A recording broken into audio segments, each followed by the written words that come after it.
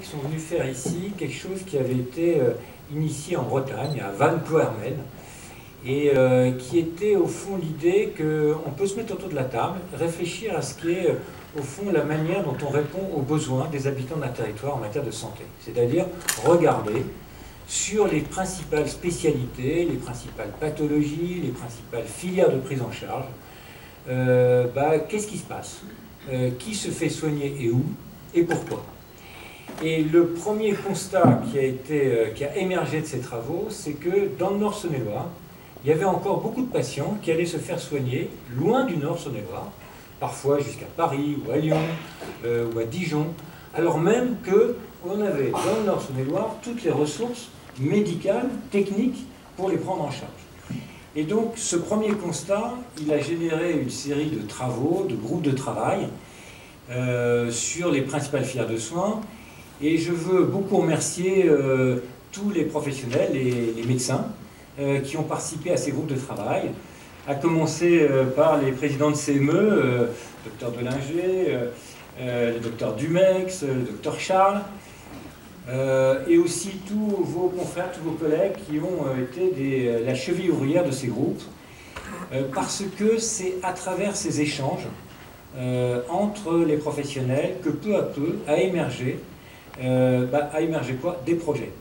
Des projets de développement, des projets de construction, des projets de meilleurs services pour les patients. Alors, après, je voudrais vraiment remercier les élus, les présidents de conseil de surveillance. Ça a été dit, la coopération, c'est jamais facile.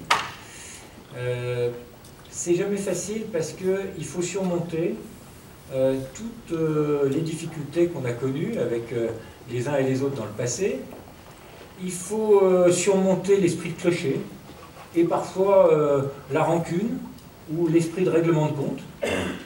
Président, je vous remercie vraiment du fond du cœur pour avoir fait deux choses. D'une part, avoir privilégié une vision d'avenir de vos établissements. C'est-à-dire d'avoir systématiquement recherché ce qui pourrait renforcer dans l'avenir les établissements du Nord Saône-et-Loire. Et d'avoir privilégié toujours la recherche d'un meilleur service aux patients, la recherche d'une santé, d'un accès à des soins de qualité dans le Nord Saône-et-Loire. Et la deuxième chose, c'est d'avoir su créer entre vous et entre les communautés hospitalières que vous dirigez, dans lesquelles sont installés les conseils de surveillance, un esprit d'équilibre et un esprit de recherche du consensus. Équilibre et recherche du consensus. C'est pas complètement facile, parce que vous savez, moi je me rappelle qu'à une époque, en Europe, l'Europe elle s'est construite avec 6 pays, et il y en avait des grands et des petits. Et parfois, toute la nuit, on passait la nuit à écouter le Luxembourg s'opposer à l'Allemagne, sur la recherche des prix. À l'époque, c'était l'agriculture qui était l'essentiel des discussions européennes. Et donc, parfois, ce n'est qu'au petit matin que le Luxembourg et l'Allemagne trouvaient un compromis sur les prix agricoles. Eh bien, je crois que vous avez, toute proportion gardée, démontré dans tous ces travaux le même esprit qu'avaient les pères fondateurs de l'Europe. C'est-à-dire, encore une fois, celui de rechercher un équilibre, le consensus au service des patients. Je voudrais aussi beaucoup remercier les directeurs et toutes leurs équipes, Jean-Philippe Parquier, Bruno Lebourg. J'associe un peu spécialement une mention spéciale, on va dire, pour l'équipe qui va diriger la CHT, avec ses directeurs de site, Madame Bessé, qui n'est pas là aujourd'hui, mais qui sera le directeur de site sur Autun, Monsieur Corlier, qui est là aujourd'hui, qui sera le directeur de site sur Châlons, Madame Tabialoui, qui sera non seulement le directeur de site sur Monceau, mais aussi, on va dire, la gardienne et la porteuse d'une stratégie de développement de l'ensemble. C'est une responsabilité particulièrement importante, puisque, et je vais y venir, au fond, tout reste à faire. Tout reste à faire parce que c'est à partir des travaux que nous avons menés les uns et les autres qu'on va construire concrètement, effectivement, dans les semaines qui viennent, cette offre de santé de territoire renforcée, clarifiée, plus lisible pour nos concitoyens. Alors, en fait, les choses ont déjà beaucoup et bien démarré, parce que depuis l'automne, c'est dans les faits, je crois qu'une des premières manifestations, ça a été le renforcement des capacités en urologie, qui est intervenu, je crois, début novembre de 2014, voilà, sur Chalon. Mais il y a eu d'autres événements qui ont montré que, voilà, c'est pas que des papiers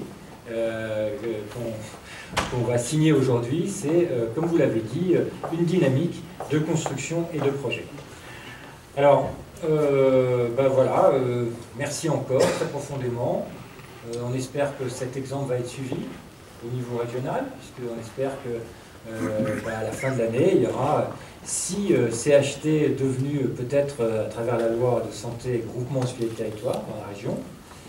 Vous êtes les premiers. Et puis, on espère que pendant cette année, vous aurez avancé, construit le projet médical, commencé à mettre en œuvre des coopérations concrètes. Vous pouvez compter sur le soutien de l'ARS.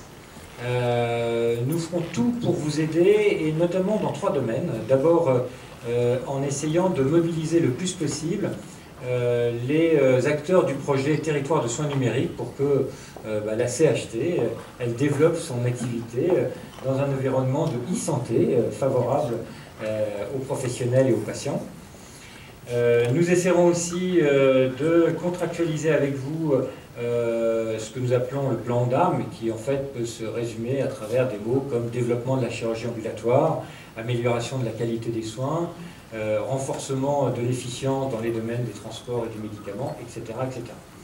Et puis enfin, nous essaierons, dans les mois qui viennent, de faciliter le plus possible le dialogue entre cette CHT et le CHU de Dijon, car nous pensons que la CHT doit être le point de départ d'une relation plus efficace, plus riche avec le CHU de Dijon, notamment pour associer cette CHT à la formation des futurs professionnels et aussi associer cette CHT aux efforts de recherche, et puis parallèlement pour améliorer l'orientation des patients à la fois vers les établissements de la CHT et vers le CHU.